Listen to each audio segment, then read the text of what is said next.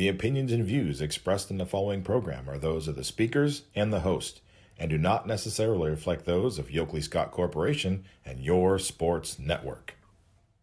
Yeah, I've been closer to Jesus before, so can you help me out? Oh, can you help me out? Am I on my own? Am I on my own? But can you help me out? Am I on my own? Am I on my own? Or can you help me out? Can you help me out? I've been scared to look in my soul.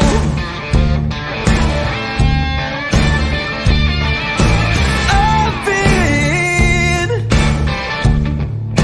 afraid I would follow the road. Yeah, afraid of the things I've been told. And hello, everybody. Welcome inside a Thursday episode of Running Point on ysnlive.com. It's a special day. Happy leap year, everybody. February 29th. It's the first time Running Point's ever been on February 29th. And who knows what Running Point will look like in 4 years. It might be the last. Who knows? It's a fun day. We're having a fun time. So happy leap year. February 29th episode coming at you. It's a very special one. We're going to make it special, of course. We are going to do everything we always do on Running Point. We're going to have our player profile feature of the show. Fitch girls basketball wrapped up one of the best seasons they've had in their long historic program. They got to districts for just the second time in 30 years, and we had a couple of player profiles that we were able to get right before their final game of the year. So we're going to show them. Ayla Ray's going to be first on deck today. She's going to have her player profile shown on the show. Get your Ray-Bans on, rock the studio. Ayla Ray is a superstar in every sport that she plays, and we can't wait to, celebrate what she did on the basketball court this year as the team's leading scorer, and then also get ready for what she's about to do on the softball diamond as she finishes out her senior year at Austintown Fitch, one of the best athletes we've had the privilege of covering here on YSN throughout her years.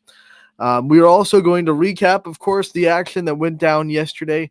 Had a lot. We had a D1 boys action, D1 boys, and then we had D2 through 4 girls basketball district semifinals. So every district championship is set now. D1 set from Tuesday.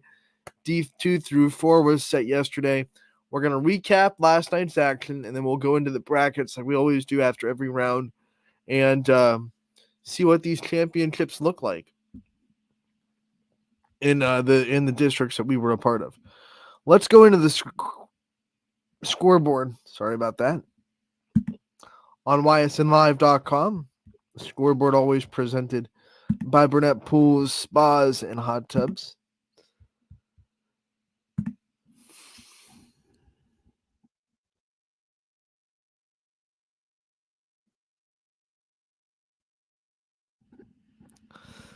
The YSN scoreboard is a great tool for our fans, whether you are watching one of our broadcasts or at one of the games. Either way, you don't want to look away for the action for too long, and the YSN scoreboard is a great and easy way to get live updated scores on all your favorite teams across the YSN family, whether it be your rival or your friends. Make sure to check out the YSN scoreboard for the scores that you want that night. We have a great team behind the scenes of people that make sure that the scoreboard is as live updated as humanly possible, which means you don't have to wait until late at night for just the finals to come in. You'll be able to see as many scores as possible be live updated throughout the game. Our announcers are a big part of that, reporting scores, and then obviously our crew that is working on the scoreboard every night. It's a rotation of people, but those guys are doing a great job making sure that these stay up to date. And we will go into Wednesday, February 28th, usually the last day of February, but 2024, we're wacky, right? We have a leap year. So here we are, Edgewood and Aurora. Edgewood had a lead for most of this game, but Aurora with a good finish in a defensive battle. They knock out Edgewood. Edgewood got to the districts for the first time in a long time, and they lose in the district semifinals, unfortunately, to the Greenmen. 39-29, the final score. Aurora gets the best, and they will move on to the district championship game. Howland, not a problem with Berkshire. Howland cruises to the district championship game, 61-38. Alyssa Masucci had her typical game, but Mia Barish, who's usually known for the dirty work of Howland, getting all the rebounds, getting assists, getting all that stuff that really doesn't get seen in the initial stat book. She had 13 in double figures, and a big reason why Howland was able to win. So she had a big game. Post-game interview with her and Coach Pounds can be found on YSN's YouTube page, as well as the story attached to this game. Pymatuning Valley, we knew their task was a mountain to climb, and unfortunately for the Lakers, they just could not gather enough to do it. They lose to Warrensville Heights 74-32. Warrensville Heights, the 1 seed in Division 3, for a very good reason. They are good. They did not have any kind of layover. They did not overlook the Lakers one bit at all, which is what I think Pymatuning Valley needed. They needed Warrensville Heights to just overlook them a little bit. It would not happen. Crestview. A lot of people thought, including me, I thought Tesla was going to give them a game. It was going to be a test. But in the end, watching this tape, watching a little bit of it while I was able to, because it was before my game at 7:30, Tesla had no answer for Addison Rhodes inside. They just didn't have the post presence to get Crestview out of the paint. And that's why you see this score get so lopsided. Crestview with the win, 56-44. I got closer down the stretch, but really, Crestview had this game under control for a long time. Newton Falls, they earned their way to the districts. Congratulations to them with a couple of upsets, but they could not upset Richmond Heights as they fall to them 61-10. The final score there. Newton Falls' great season comes to an end. Springfield, the reigning regional champions in Division 4, they looked to repeat as district champions, and they were hanging by a thread. Badger and Katie Grexa hits a game-tying shot with 5 seconds to go, 38-38. 9 times out of 10, you're heading to overtime. But Ava Vecchione says, I'm that 1 out of 10 player. I'm that senior. This is not going away. We're not having to go to overtime. She hits the buzzer beater. Springfield hangs on, advances to the district championship. Their hopes of repeating are alive and well. And how about that? The senior is the one, the lone senior on the team, the only senior on the team. She's the one that gets that buzzer beater shot. She's the one that says, there's no way our season is ending today. We're not going to put it in the hopes of overtime. We're taking it. We're rolling with it. And Springfield, dramatic victory. That's exactly what you expect at a district tournament time. Dramatic victory over Badger. It is a seed-wise, it's an upset. Badger was the 2 seed, and Springfield was the lower seed, but they win. And that pedigree, that experience in the tournament pays off for the Tigers. They will advance to the district championship game.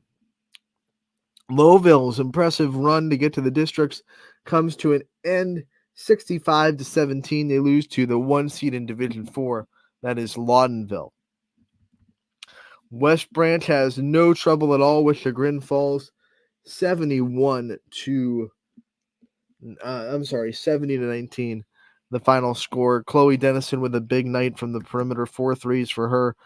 Just really a really good night offensively for West Branch. They're usually not a team that gets into the 70s too much. They like to, keep, even the games they win by a lot, they like to keep the game a little bit slower and play really good defense, but cracking the 70s this time with a little bit of offensive flow as West Branch wins handily. They move on to the district championship game as well. We had a big one in Uniontown Lake, a rematch of last year's district championship game that happened in Streetsboro. And it's really weird. You watch that game. This one oddly went kind of the same direction. You had Salem, controlling a defensive game for most of the time last year. They had a fourth quarter lead, and then Canfield just made the plays down the stretch in the fourth quarter to win that game. This one, same way. Salem, was leading for the most part of a very defensive game. Never had a big lead. Neither team had a lead past 4 until the fourth quarter. So they never had a big lead, but they were just answering every time they had to. and staying in front. They led by 3 at halftime. It was tied after 3. So this was a game where Salem was just kind of keeping them right there. But then that fourth quarter, that Canfield team just found ways to find some room. Cammie Dill had a lot of her points in the fourth quarter. She finished with 14. One of those seniors that decided not going to be today, not going to end our season on this note. And they were able to just push past this scrappy Salem team that made a heck of a run, probably a run that a lot of people didn't think they'd make, the way their season started especially. They were the 30 seed. They got a win over Perry on the road. They go into Uniontown Lake, and they give Canfield a heck of a battle. This would have been an upset big time seed-wise, but I don't think either side would say that was an upset if Salem got the win, because Canfield has the utmost respect of what Salem's able to do. Canfield, though, does move on. They had a big game from Cammie Dill and also a big game from Carly Fleming, who got into double figures with 11 points, had 7 of those 11 points in the first couple minutes of the game. She had 7 of the first 14 points for Canfield. She was really a spark offensively to start the game, and then a couple of buckets down the stretch to finish. Carly Fleming, first time in this atmosphere, really. I mean, she was on the team last year, of course, as a freshman. Didn't get a lot of time in district, so now a huge role on the team. Plays a majority of the minutes. So for this atmosphere, this stage, it was really her first taste of it, and she performed admirably. This Canfield team's tough. They have been through the gauntlet of injuries. I felt like they were put together by duct tape last night. I mean, they were hurt. They were, some of them were limping off the court, and then coming back in the game a couple of minutes later. It's just they're emptying out the tank, whatever it takes to get back in the regionals. I feel like they're going to put every ounce of their body into these games, and whether or not that's going to be enough to beat Akron St. Vincent St. Mary, no one knows. St. V's is obviously the 1 seed. That's who they'll play next. But I'll tell you what, they're going to put everything they have into trying to beat this team. They're going to leave their bodies on the line. They've been doing that for the last couple of weeks, especially. Cammie Dill hurt herself in the last game of the regular season, missed a couple of tournament games, back for the first time today. And yesterday she played really well. Jenna Treveria has dealt with injuries all season. She comes back in the game, leaves a couple of times, comes back in, scores a couple of really key buckets. This team's just tough as nails. I love watching it. They have this mentality that, like, you're not going to take me out of this game. You might be able to knock me down. You might have me get up slowly, but I'm going to get up and fight some more. I mean, there's this fight till I can't fight no more mentality that Canfield has that I love watching from this team. And they're gonna fight Akron St. Vincent St. Mary to the tooth and nail on Saturday. That's gonna be at 7:00 in Uniontown Lake. 1 seed St. V's against Canfield. St. Vincent St. Mary with the win over Marlington. A slow start for St. V's, to be honest. Marlington had a 7-0 lead to jump out of the gates, and then it was Irish from that point on. Triway, once again, I said it before, when they beat Middle Ridge, they're way underseeded. They play a brutal schedule. It was one of the follies of the RPI system this year, was the fact that teams like Triway don't get credit for the teams they play. And they proved it again with a win over Columbiana, 49-25. They only scored 4 points in the first quarter. Then they exploded after that. South Range hung around in the first quarter, but eventually Smithville, just too much for the Raiders. 55-21, the final score there. South Range wins their last home game of the year, but can't advance into the district championship game. Western Reserve all over Canton Central Catholic. They are rolling right on to the finals. 40-12, the final score there. Did I see that right? 19, sorry. 40-19. Western Reserve beats Canton Central Catholic. Warren JFK uses their offense like they have been all year to overwhelm Cornerstone Christian. 53-42, the final score there. A big night from Dee Ryan and Gianna Pompilia. They combined for 46 points for Warren JFK, 25 and 21 respectively, as they have both monster performances, and JFK advances into the district championship in Middle Ridge. And then Southern Local falls to Mogador by 10, 51-41. A great season for Southern Local comes to a close as they cannot get themselves into the district championship game. Boys Division 1, here we go. Louisville, no problem at all in the first round. They win 108-32 over Akron North. Maslin Perry does not like Boardman because Boardman comes into the Perry gym and beats the Panthers 57-56. Upset City in Boardman as they are knocking down Perry and they come back into the sectional finals. And then Lakeside, they are able to play pretty well against John Marshall, but eventually fall 74-60. The Dragon season also coming to an end on the boys' side. That's Division I sectional semifinal. So now the sectionals finals are set for the boys. Division 2 through 4 will be on Friday, and Division 1 will be on Saturday. The district championships are set for the girls. Division 1 on Friday, Divisions 2 through 4 on Saturday.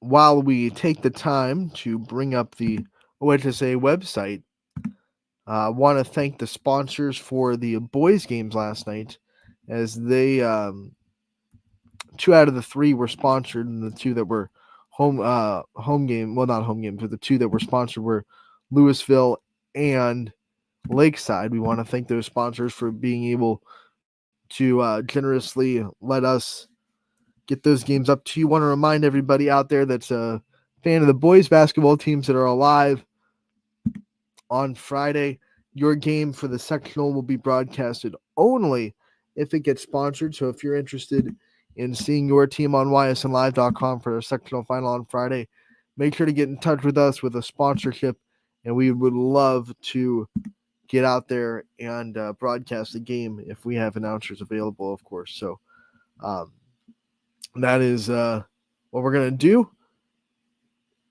And just like girls, the districts will be covered as pay-per-view for the boys. So Friday and Saturday, sectional finals for divisions 1 and 2 through 4 on Friday and Saturday, respectively.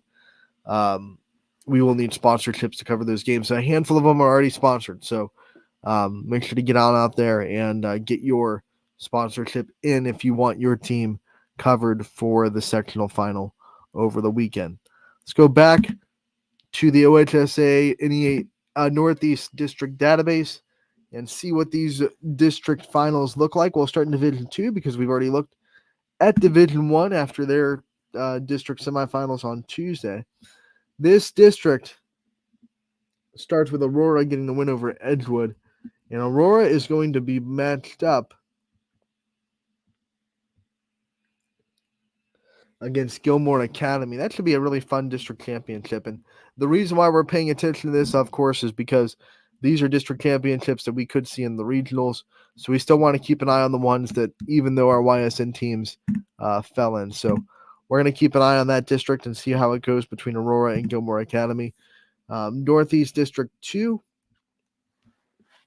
This championship is set, and Laurel, the 10 seed, advances 58-25. They win over the 18th seeded Canton South. No problem there. Laurel is so talented. We all know that. We saw what they did in Division 3 last year. Moving up to Division 2, they have a handful of either Division 1 commits or players that a lot of people think are going to eventually commit to Division 1 when they get old enough. Just a very talented program. They have been for several years. Back in Division 2, they've kind of teeter-tottered between 2 and 3 the last several seasons, and now another district championship. And they're going to have to deal with this West Branch team that has been preparing for this tournament all year. We talked about it in the regular season. Walt DeShields was not afraid to move around the schedule a little bit going into this year. He noticed, I think, pretty quickly that he was going to have a team that had a legitimate shot to get him back into a state tournament. And to do that, he wanted to test them a lot. And, he made some difficult phone calls to some teams to say, hey, you know what? You're scheduled with us, but, here's my situation. I feel we have a team that is, very poised and very, ready to go make a state run. I got to get them some teams that are going to get them to that level, and swapped around the schedule. I mean, Olmsted Falls this year was a big get to go out and play them on the road. They lost to that team, but you look at the box score, you know, wasn't wasn't a game that West Branch feels like they lost just because they just weren't the better team. They didn't play well. They didn't play well in that day, and that can happen. And then they go play Canfield, who's still alive in the district. They lose to them in a buzzer beater. Those are their 2 losses, and they've played really, really tough teams all year long. And they scrimmage tough teams as well in the summer. So West Branch has just been sharpening their teeth continuously, trying to get themselves ready for this moment. And they will play Laurel, even though West Branch is the higher seed. I mean, the lower seed, I should say, but higher seed when you in form of they're. I think a higher seed is like lower number, but higher in the sense of you are higher up on the rung. So I apologize if that ever comes across as me saying higher when I don't mean higher number. But West Branch feels like a little bit of an underdog because of what Laurel has done the last several years and how talented they are. I don't think, from the outside perspective, there are a lot of people that are looking at this district not expecting Laurel to win. So West Branch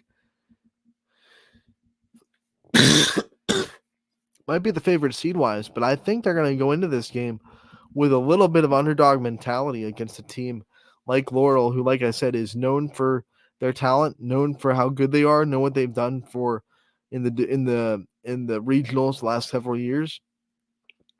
So a lot of people think this is Laurel's district to lose, but West Branch trying to say, not so fast, my dear friend. We are going to come and we're going to give it everything we got. That defense West Branch has, good luck going up against them. They have not given up more than 46 points all year, and that only happened, I believe, once in 40. So they do not give up points that often.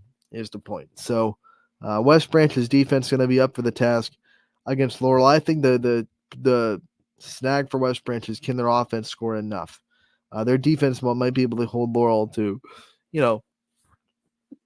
35, 40. Can their offense go up against Laurel's defense and match that? Will be the big question that they'll have to answer. Northeast 3 for Division 2. It looks like this. And it is Akron, St. Vincent, St. Mary. They got the win over Marlington. That final score was 63-45. The one thing to watch in this game, because I was there and I watched it in person, like I said, St. V's did not get off to a good start. It was 7-0 Marlington before we really could blink. It was really quick. And they started out cold. They were not shooting well. They weren't hitting their layups. It was just one of those things where you thought, oh, man, this 1 seed looks a little rusty, a little lackadaisical. They're in trouble. And I think there were a couple of opportunities for Marlington to make it even worse than 7-0. They could have made it 10, or I think they had chances to make it 12-0. Which would have been even a bigger hole. But then Laurel took one timeout, got a stern talking to from their coach. Everyone could hear it in the gym. And they came out on fire from that point on. They went on I want to say 13-0 run before Marlington scored. It was 13-7, and then 13-10, because I remember Marlington hit a 3. And I remember feeling like, okay, if they can just survive this little push and get into halftime with an okay score, then they can still manage this. But no, Laurel controlled the second quarter completely, 37-18 at halftime. Marlington made a little bit of a run of it in the second half to make it close, but they didn't have enough to get past St. V's after that point on. So one thing that is encouraging for Canfield, who will be on the bottom half of this bracket when we scroll down, Chelsea Evanich had a lot of success against St. V's. Obviously, we all know Chelsea. We've all seen her on Ysn plenty of times. She's good. She's really, really good. She's going to give a lot of people problems. She has the size. She has the speed, the ball handling skills, the shot, all that stuff. But despite how good St. V's is at rebounding, Chelsea's size really was giving them problems. Like she's tall, and she had the height advantage and the size advantage over most of those St. V's players. They could not stop her. So when I see a player like Cami Ritz, who does have size, kind of Canfield's version of Chelsea Evanich a little bit, can handle the ball, can shoot from the perimeter, but has the size to post up and to be able to get inside and get some looks in the paint. That's when I think she can have a big game against St. V's if they play it right, because the Irish did not want to double Chelsea Evanich. They just kept her one-on-one. I think their game plan was pretty much, don't put so much attention on her that their supporting cast is able to get some points, because I think they felt like Chelsea was going to score on them no matter what. They just didn't have the size advantage there. So I felt like they just singled her up, gave her tough defense as much as they could, tried to force her in turnovers in the backcourt. And then once they got into the driving lanes, it was like, okay, Chelsea, you're going to score, but can your supporting cast score enough to beat us? And the answer was unequivocally no. She had 31 and Marlington had 45. So they banked on the fact that the rest of the team would not be able to stand up to them. And that was true for St. V's. But would it be true for Canfield? They have much more, a lot more threats around Cami Ritz than Marlington does around Chelsea Evanich. So that'll be interesting, and to see how St. V's game's playing against another girl that has the size advantage on St. V's, maybe not the strength advantage, because St. V's, what they lack in height, they make up for in just strength and ability. That's why they're such a good rebounding team. They're not short. I'm not sitting here saying they're like a tiny team. But their tallest girl was, looked maybe like 5'9", 5'8", 5'10", somewhere around there. And they weren't huge as far as height. They were huge as far as muscles and just the ability to get in there and be aggressive and be strong with their rebounding, which can really counteract the fact that you don't have height. If you don't have height, but you have good rebounding technique and good strength, then you're going to be a good rebounding team. And that's what St. V's is. They rebound really well. When they get shooting, they can shoot the lights out. And the other thing they do is they're going to press the snot out of you for 32 minutes. Man-to-man pressure, too. It's not like this, fancy trap zone that good ball movement can break. It's just man in your face all the way down the floor. You're not going to let up. They have the athleticism and the depth, really. They really rotated well off the bench to do that. They're the 1 seed for a reason. They have a really brutal schedule. They've lost 5 games, but they're still the 1 seed in this RPI world where your losses are not weighed depending on who you played. So it's really kind of incredible that they were still able to, RPI-wise, get the 1 seed, even with 5 losses. That tells you how good those wins were. Not even good with size, because once again, the RPI does not account into the size of the schools you play. Just the record of the teams that they beat were good enough for a 19-5 team to get into the 1 seed in Division 2. So that tells you what St. V's is all about. I think the other thing that Canfield can take advantage of, when I was watching them, they are very aggressive on defense, at times a little bit overly aggressive. You can get them to overcommit. You can get them to over pursue. Use that speed against them a little bit, shot fakes and, misdirection, things like that Canfield can use to try to, turn that aggressiveness into a strength for them instead of a strength for St. V's. Got to be good with ball handling, got to be able to handle the pressure. And Canfield has faced a couple of defenses like that. I mean, Streetsboro was a really good on-ball pressure defense. And Canfield was able to, manage that game, even though they lost by 3 at the end. So we're gonna have to see how Canfield plays. They're poised. They're put together by duct tape right now. They're one of those teams that's just grinding all the way through. We talked about that when I talked about their win. So can they muster up enough energy to get themselves through what's going to be a very physical basketball game, especially if they get the right referee crew that lets people go like they did against Marlington? I mean, they didn't call a lot against in this St. V's Marlington game. So if they get the referees that allow a physical game, then Canfield is going to be sore. Not on after Saturday. They're already sore. So can they survive this game?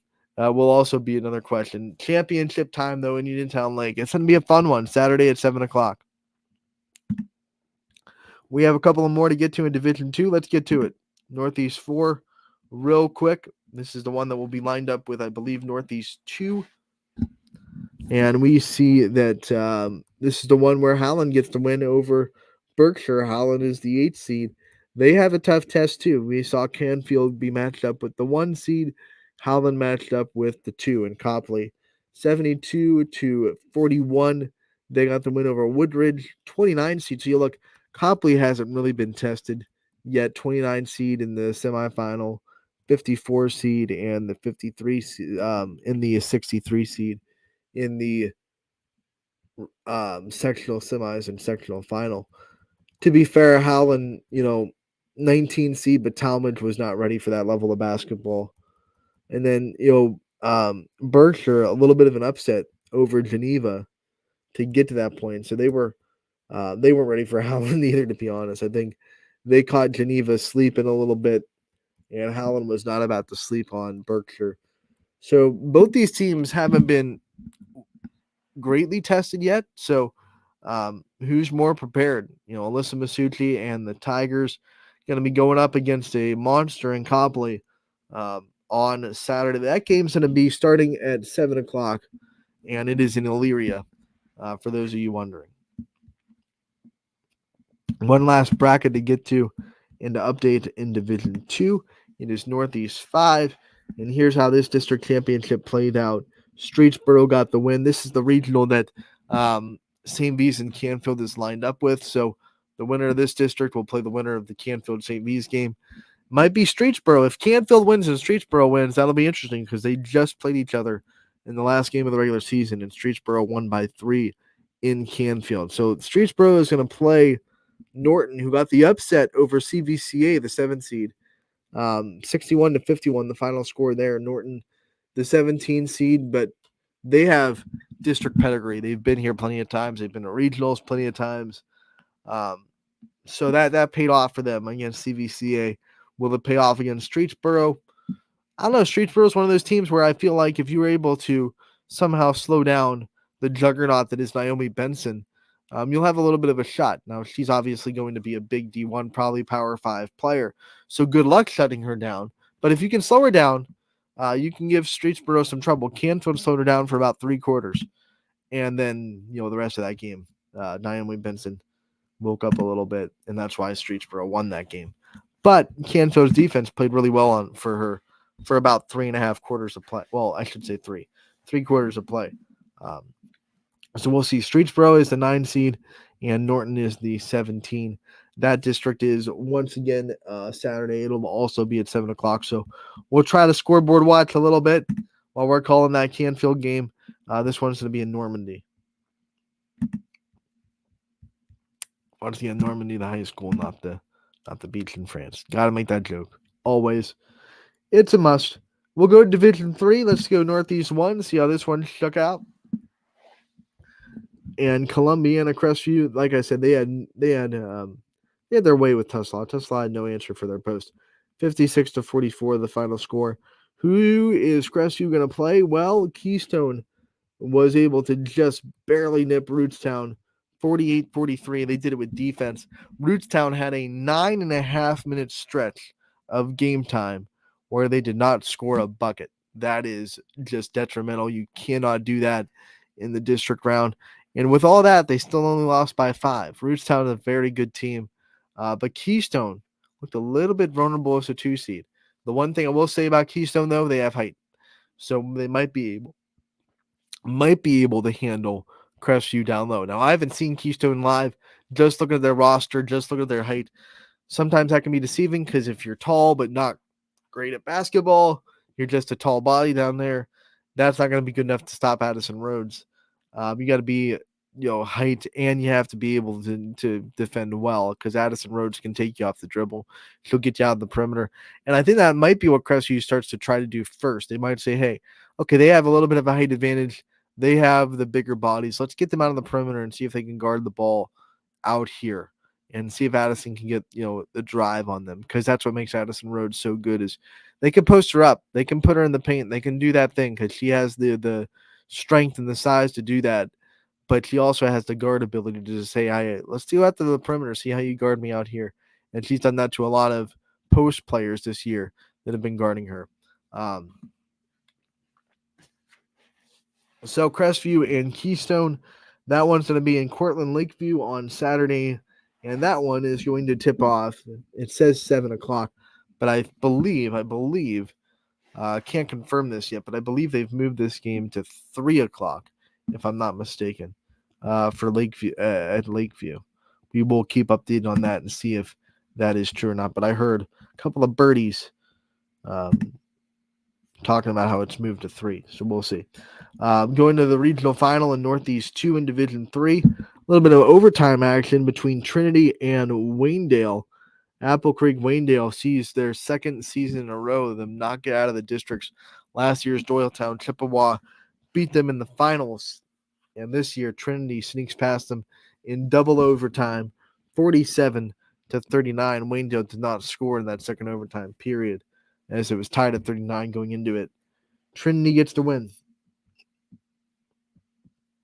And who will they play? They will play Triway, Worcester Triway, who has stormed through this district, upsetting Middle Ridge and Columbiana on their way to a district championship, and they've looked so good. Like I said, they're one of the big snafus of the RPI rankings because they are way underseeded, and they've proven that handedly in their first 2 tournament games. So Triway versus Trinity in Struthers on Saturday. That game going to be at 7 o'clock in the field house. We go to the last one in Northeast Division for Division 3. Northeast 3. Northeast 4, I should say. Doylestown Chippewa back in the championship as they get the win 69-26 over Ravenna Southeast. Chippewa will play Smithville as they won over South Range 55-21. So 11 seed Smithville against the 5 seed Doylestown Chippewa Chips for the district championship. Doylestown Chippewa won the regional last year. They're trying to get back to it with the district championship here this season. So that does it for Division 3. Let's go look at Division 4 and see what district semifinals, see what district championships lie in store for us here. Northeast 1, Division 4, we have Richmond Heights. They got the win over Newton Falls. They will play Western Reserve, who had no trouble with the 14th seeded Canton Central Catholic Crusaders. 40-19, the final score there. So Western Reserve versus Richmond Heights. That is a 3 seed Richmond Heights against the 8 seed Western Reserve. And that will be on Saturday, 7 o'clock in Grand Valley. We go to the next one, Northeast 2 in Division 4. And this one sees Springfield get the win at the buzzer, 40-38 over Badger. They will play Warren JFK, who shot the lights out against Cornerstone Christian, and they win 53-42. So 4 seed Warren JFK against reigning district champions and reigning regional champions in Division 4, 5 seeded Springfield. That might be the game of the night in Middle Ridge. 7 o'clock start in Ridge. Division 4 district championship. Someone's going to regionals, and that one will be held in Maslin Perry. Last but not least, Northeast 3 in Division 4. And this is where we see Laudonville, the 1 seed. They cruised to a district championship. I think we all saw that coming. And they will play Mogador, who was able to just squeak past Southern Local by 10. Seed-wise, it's an upset, 51-41. Mogador wins. So it'll be Mogador versus Laudonville on Saturday, 1 o'clock for this one in Norway. So that does it. We are wrapped up with the Northeast districts. All of them are set. Division 1, it will be on Friday. We have Hoban in the district championship game. That's our last Division 1 team standing. Fortunately, Fitz, Louisville, and Boardman all fell in their district semifinals. So Hoban will play Friday in Uniontown Lake against Medina. We'll keep an eye on that one. And then divisions 2 through 4 in girls basketball will be played on Saturday. Plenty of championship action, and we'll get as much of it covered on YSN as possible. That'll be pay-per-view viewing, just like it was last night for the girls' districts. One payment of $9.99 will get you access to all the games that we have broadcasted on the day on Saturday. So that should be a fun time as we gear up towards the week. We're going to take a break here on Running Point. When we come back, we have a player profile to get to. We have Ayla Ray from Austintown Fitch as she wrapped up her senior season in basketball and gets ready for softball. Ty Bartell had a chance to catch up with her, and we'll get to that interview on the other side of this break.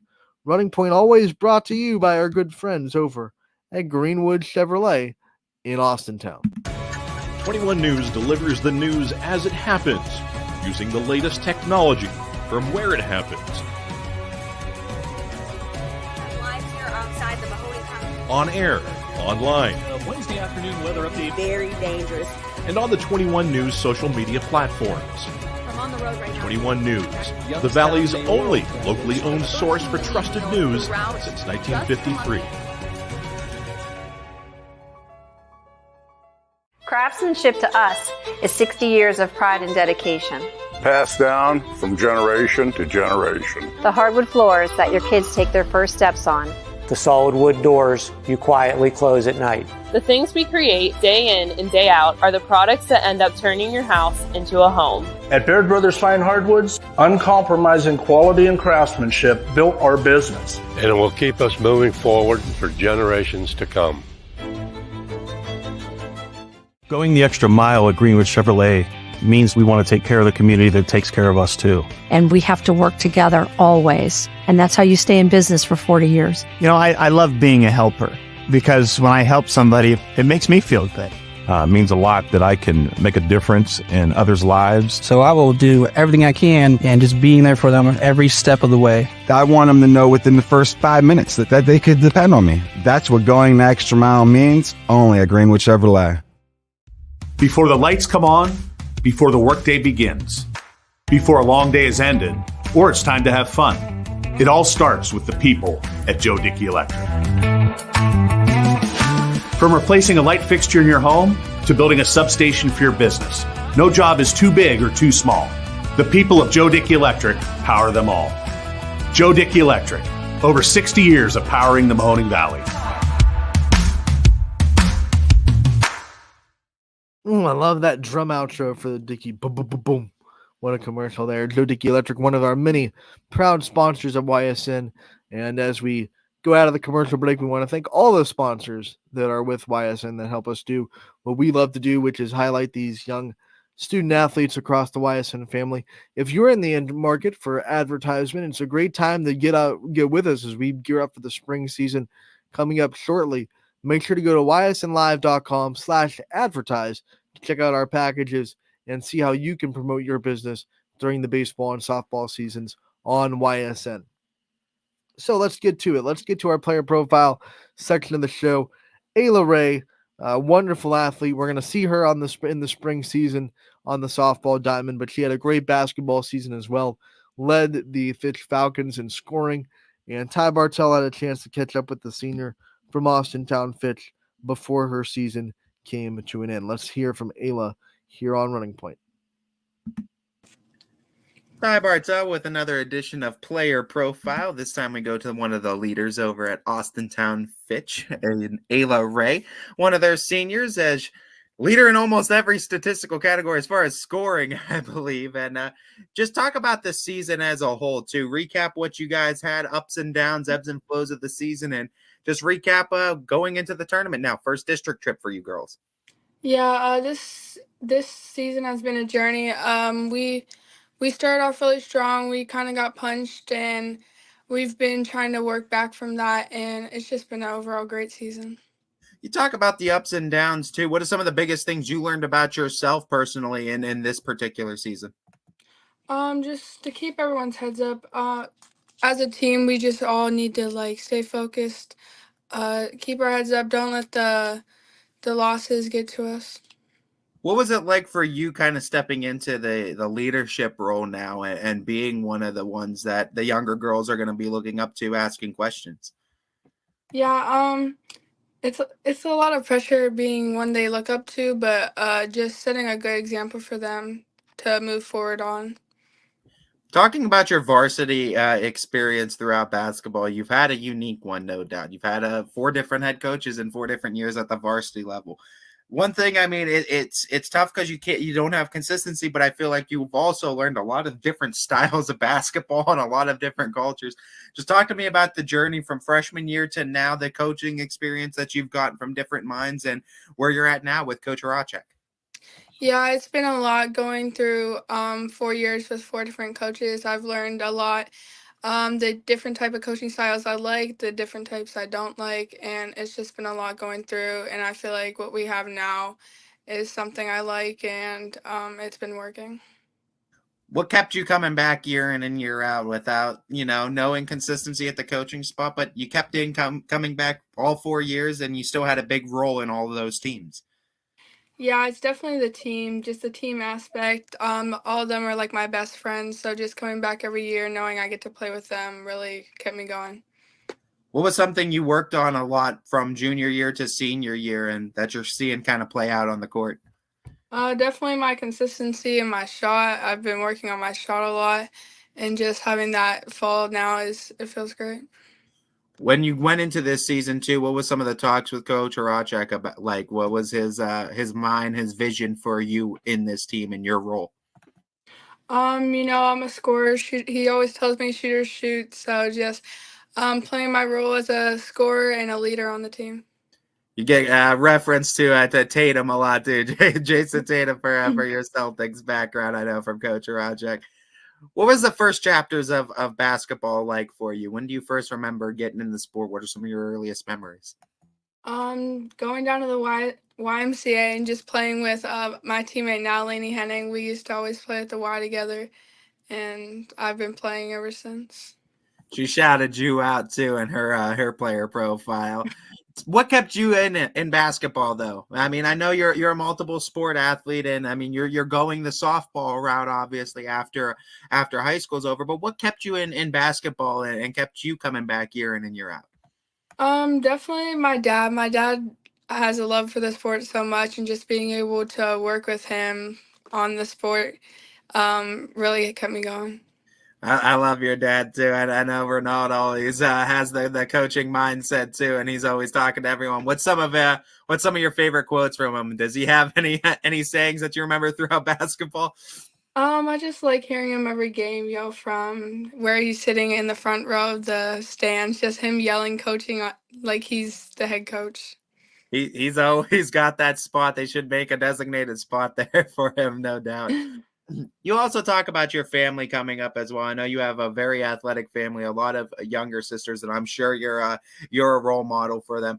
What's some advice that you give to them and maybe some other younger players too that wanna get to where you're at varsity sports and see the same type of success you're seeing? Yeah, it takes a lot of hard work to get to where I am today and where I was. Just to keep pushing, never give up, even though you go through the hard times, just keep working. You talk about where some of the early chapters were for basketball. Let's talk about some of your favorite memories that you have in the sport. What's some standout points for you? Definitely us going to our summer camp every year at Huggins, just playing all the games that we play there, and just the memories off the court too there. I know how much work that this team kind of and you have put into this basketball team over the years. So knowing that the Falcons, as I believe was their second sectional championship win in the last 30 years, it's a small step, but it's a big step for the program and what they're trying to achieve and accomplish. What's it mean that you were you were on that team too, that kind of culminated in that going to districts too in your senior season? Yeah, it feels great just to be a part of such a special moment that happened because it hasn't happened in a while. But yeah, it just feels great.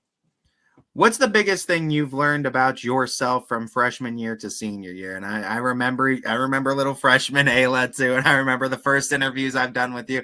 I could just feel like you've gotten a lot more confident, not only in yourself but in your voice as well. But what's some of the bigger things that you feel like you've learned from freshman Ayla to senior Ayla? Um, I just learned what hard work it takes and how hard work really does pay off. Like comparing how my skill level freshman year to my skill level now, I can see a big difference. What's some examples of that hard work that you had to put in to see it pan out on the floor year in and year out? Freshman year, after freshman year happened, my dad helped me completely change my shot. So working on changing your whole entire shot is a lot of work. So just seeing that my shot has paid off now.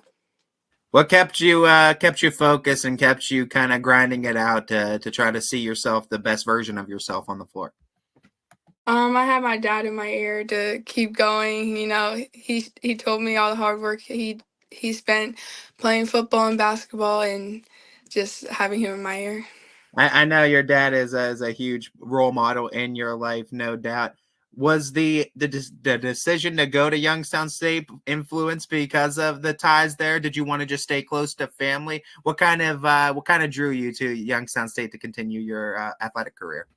Yeah, I'm a really homey person. I don't really like to be that far away from home, but just knowing that he also went there, it put a little bit of sway into it. But I What love being at home. What's the relief like for you knowing that you are going to be one of less than 10% of high school athletes get to be in a collegiate athlete? What was that like for you knowing going into senior year? I kind of have that already checked mark. I know what I'm doing after senior year. Yeah, it makes me feel accomplished. It takes some stress off of me knowing that it's already done. I already know what I'm gonna do, and I could just focus on the seasons. You always have success in the sports that you're in, but you're also successful in the classroom. What's it like for you time management wise, balancing that out to be successful academically as well as athletically? Yeah, the academics are definitely a huge part of a student athlete. Time management is huge. Just knowing, just taking the time in school to get the work done, and so after games and practices, you know you don't have so much to worry about. What's the thing you're going to be studying academically after high school? I think I'm gonna do childhood education. Obviously, it's always changing too, and that may not be what it is senior year in college that it is freshman year. I know how that is, but what kind of made you settle in on that childhood education that made you kind of wanted to pursue that academically? Over the years, just working with kids at like sports kids camps, and I go and volunteer at the schools and help kids there. So just working with kids all the time, I really felt like I was at home. Well, let's talk about what you guys got coming up here. You're going to be going to Maslin Perry. You're going to be in a district semifinal, the first one you get to experience basketball wise. It's set in now. I mean, you guys know what your opponent's going to be. You're going to be taking on Stowe. What's the excitement level like for you, and where's your mindset at going into district semis? Yeah, it's exciting, definitely knowing that none of us have been this far. We're all in together. It's all something new for us all, and we're just excited to head in there and play. I can't imagine you can really plan out a better way to have a senior season basketball wise too. Let's talk about just your experience though, because like I said, it's unique. But what's some advice you give to those girls in the basketball realm too about just staying with the sport and trying to see success like you did? You talked about having to change your shot entirely. Talk to me about just how the mindset you had to have throughout the years to find yourself become successful. Yeah, I just knew I had to push through. The love was still there for the sport, so I just knew I had to push through and keep working hard. Ayla, before we let you go, I always want to give opportunities for you to shout out some of the support system. I can figure some of the names you're going to give, but I want to give you that chance to spotlight and show some love to the people you couldn't have been on this journey without. Yeah, my basketball journey has been a long one. My dad is a big part of it. Coach Farashek from a young age was also a big part of it. Coach Stern was a big part of it, and just all the coaches I have now have been in my basketball career for a couple years now. So I thank all of them. Well, Ayla, we thank you for the time you take out of your very busy schedule to give us here at YSN, as we're so excited for what you've been able to do on the basketball court your senior season. We're excited for what you're going to be able to continue to do athletically in Austintown Fitch for the remainder of your senior season. Best of luck to you, Ayla. Congratulations on what you've been able to do so far, and good luck going forward. This is a Thank first you. edition of Player Profile with Ace, Ayla Ray from Austintown Fitch. You heard it. Ayla Ray from Fitch. One more season to go in her senior year, and it's going to be in softball where she shines probably the brightest. As we all know, she's going to be a YSU Penguin on the softball diamond after her career at Fitch is over, and we can't wait to see what her and this reigning state champion Falcons have in store during the spring. But first, we have to get through basketball. And tomorrow, going to be fun. Sectional finals in the boys and divisions 2 through 4. We have a district championship from Hoban as they play at Ravenna again against Medina. That'll all be talked about tomorrow. Tonight, though, calm before the storm. No games going on tonight. You can take a breath before tournament action gets back on tap tomorrow. So for myself, thank you so much for tuning in today to Running Point. We enjoyed it. We will see you all tomorrow for more of this show, 1 to 2, brought to you by Greenwood Chevrolet.